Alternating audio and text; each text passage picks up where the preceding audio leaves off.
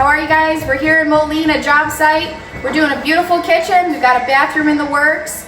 So in this kitchen, we've got some 4-acre cabinetry. We've got a beautiful slab door construction on these.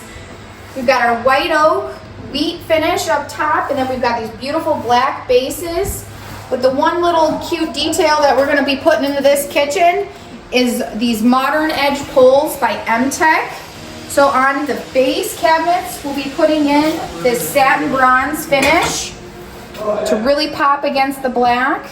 And then on all of the upper cabinets and on the wheat finish, we will have this black mat to really show off. And we went with this real simple, sleek pole to go with the characteristics of these cabinets. And for placement, we're going to be going about 1 inch off of the bottom of the door to just kind of simplify everything. And then they've got a nice large pole to open these cabinets.